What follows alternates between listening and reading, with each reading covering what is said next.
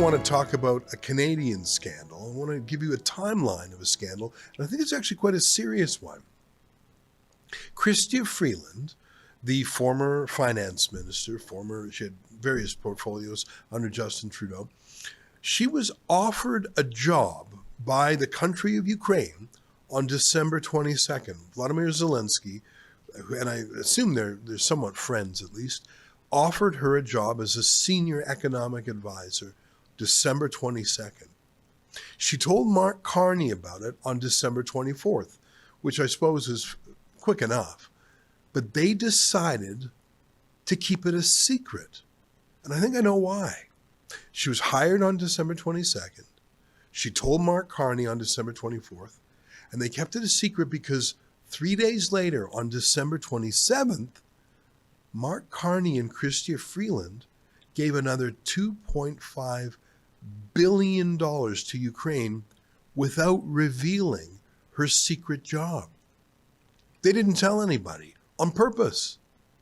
It was Vladimir Zelensky himself who broke the news yesterday, and I think it was accidental. That is, I don't think that Carney or Freeland knew that his office was going to tweet about it. They didn't realize what was going on in Canada, that it was hush-hush. It had been a secret, and I think it caught a lot of people off guard. Here's what Zelensky said. He said, "Today, I appointed Chrystia Freeland as an advisor on economic development." Translation, getting money from other countries in the world. Chrystia is highly skilled in these matters and has extensive experience in attracting investment and implementing economic transformations. Does she really? Is she an expert in attracting investment? Can you think of any investment she's ever attracted to Canada? Economic transformations, I suppose, if that means setting us up for a record deficit and not even bringing in a budget, by the way. I think she was Canada's worst finance minister.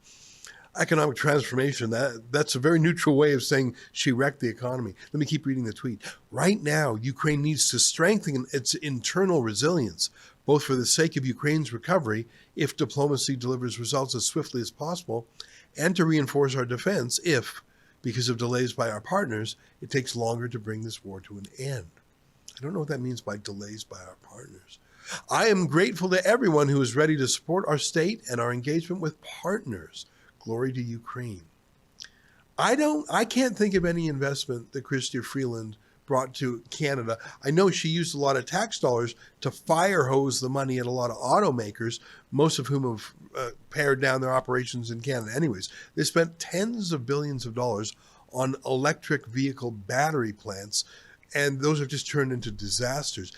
I think maybe that's what she means by an economic transformation.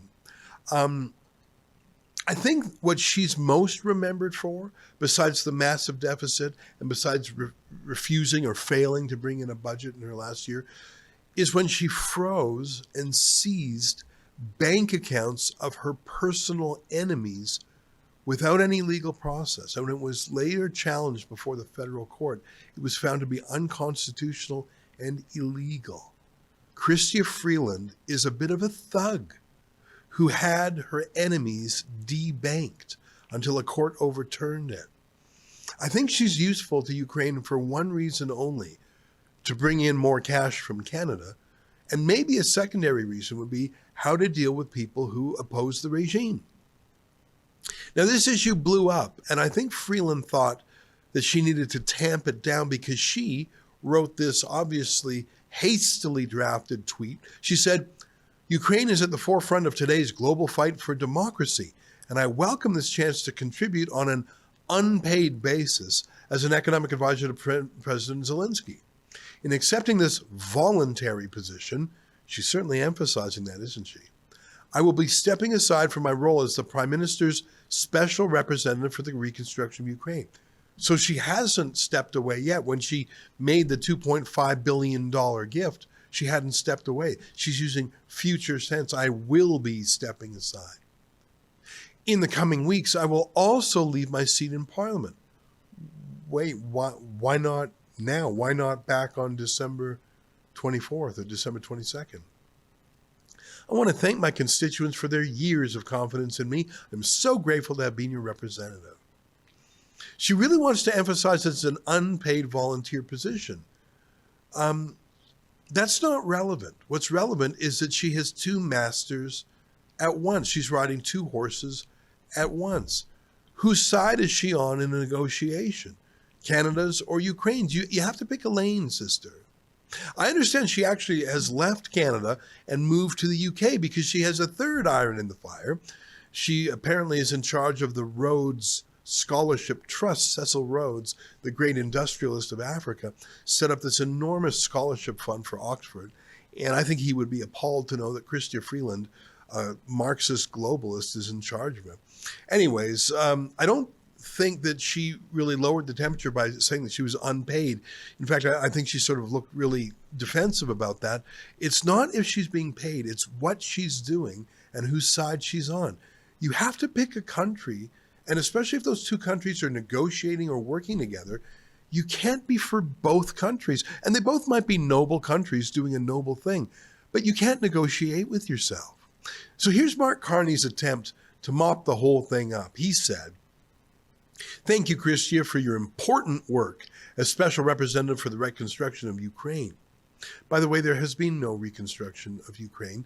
There's still a war going on. All that's happened is Chrystia Freeland has helped liberate another $2.5 billion from Canadian taxpayers last week. "You are uniquely qualified for this important new role. It is a further credit to Canada's steadfast support for Ukraine that a Canadian is taking on this role at this crucial moment for Ukraine's future. Canada will continue to stand with Ukraine to ensure a just and lasting peace." It's true. Canada has shoveled billions of dollars over there. I'm a little bit worried about that, though. Here's a story from the Carnegie Endowment. It's about Ukraine corruption scandals. Unfortunately, Ukraine is one of the most corrupt countries in the world. So is Russia, by the way. But especially when you put $100 billion worth of donations in just 3 years, that's so much money. That's such a staggering amount of money sloshing around. And liberal newspapers like the New York Times, it's so bad that even they feel like they have to write about it. Corruption surrounding Zelensky himself. If the New York Times is saying that, given how strong they are in advocating for Ukraine, you know it must be pretty bad. Here's the point. You cannot have two masters, but Chrystia Freeland always has. She's always had other loyalties, including she's serving for years on the board of the World Economic Forum. You'll recall that before she was elected to Parliament, she was George Soros's authorized biographer, and she became Soros's man on the inside of the Canadian government. You might recall that she set up the first meeting between Justin Trudeau and George Soros at the 2016 Davos World Economic Forum meeting. She's always been working for the World Economic Forum and George Soros. It's no surprise to me that she's abandoning Canada. Freeland was always too close to this Ukraine issue, I think. I mean, I understand she's ethnically Ukrainian, and frankly, I don't know if you know this about me, but I'm originally from Ukraine 4 generations ago, in my family too. I'm not hostile to Ukraine at all, but her advocacy felt personal, not national or public. She bought a condo in Kiev a few years ago. It just felt like this was a personal project, and she probably lost her bearings a bit. Let's be honest. She's not an economist. She has no training as an economist. She's not a banker. She is actually terrible at managing her own finances. When she moved back to Canada, she had to borrow money from her parents to buy a house. She was in her 40s. I'm not making fun of people who can't afford a house. I'm just saying to call this woman a master investor, economist, banker is not true. She has one skill: to get money from Canadian taxpayers to Ukraine. Vladimir Zelensky has identified that. It's a very valuable skill from Zelensky's point of view.